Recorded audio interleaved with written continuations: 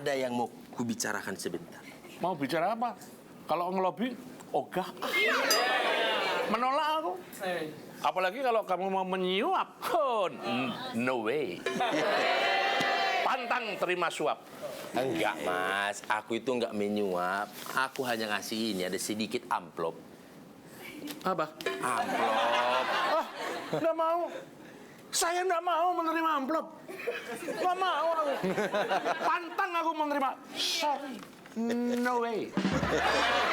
Nih, kembalikan. Apa?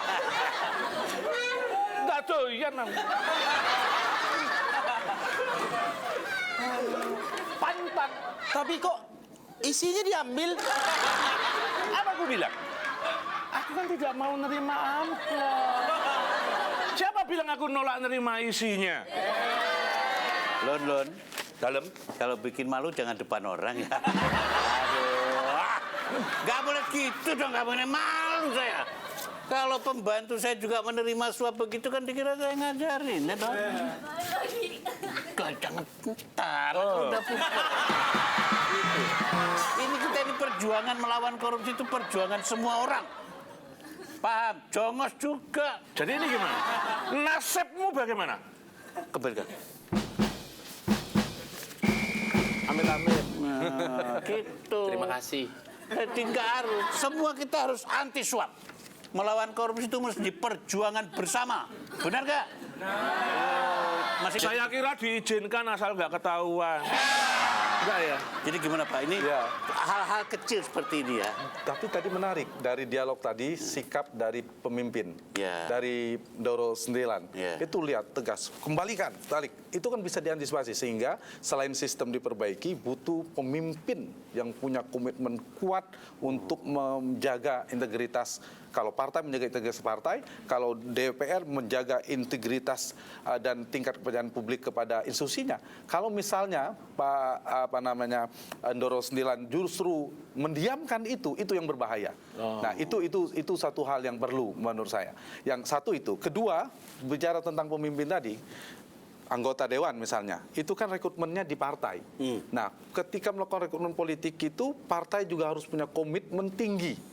Jangan hanya terjebak pada kekuatan tadi itu yang diamplop saja, sehingga dia bisa jadi caleg misalnya, atau sekedar dia populer saja, tapi betul-betul punya screening integritasnya, kapabilitasnya, kemampuan manajerialnya, leadership skillnya, dan seterusnya, sehingga itu sudah dinilai oleh partai proses seleksi tadi. Ketika muncul di publik, saya datang ke bilik suara itu, oh orang baik semua isinya.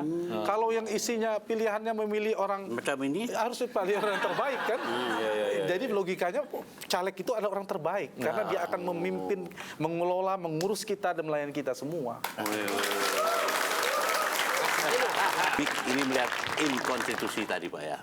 Para anggota dewan itu kan semangat pemberantasan korupsinya itu, apakah RUU yang merevisi kewenangan KPK itu akan semakin melemahkan KPK, itu bukan pertanyaan. Iya.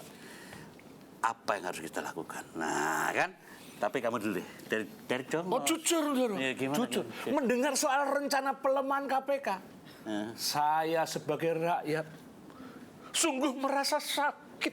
Kalau aku dangdut aduh. Sakitnya tuh di sini. Iya. Sakit kan. Kalau dalam bahasa anak gaul sekarang, KPK itu berarti kamu pingin ketemu.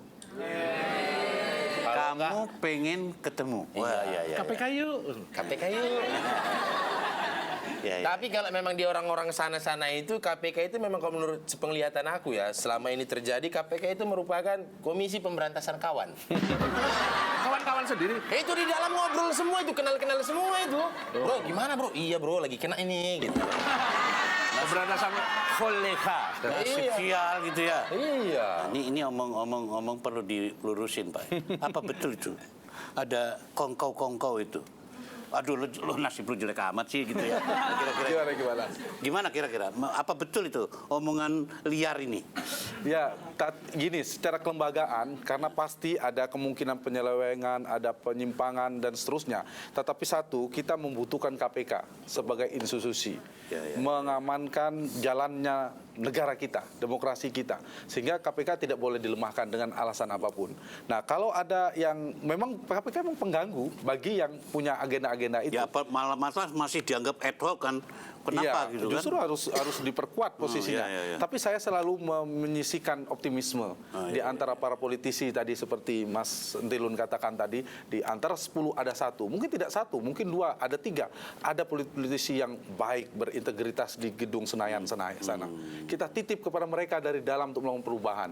Di setiap partai politik ada 10 partai itu saya yakin ada orang-orang baik di sana. Kita titip komitmen kuat mereka untuk memperjuangkan dari dalam dan kita juga memperjuangkan menyuarakan dari luar. Kalau ada pelamahan, harus kita lawan. Kalau saya sih sederhana aja, Ndoro. Apa? Menghadapi korupsi itu cukup dengan satu kata. Apa? Lawan.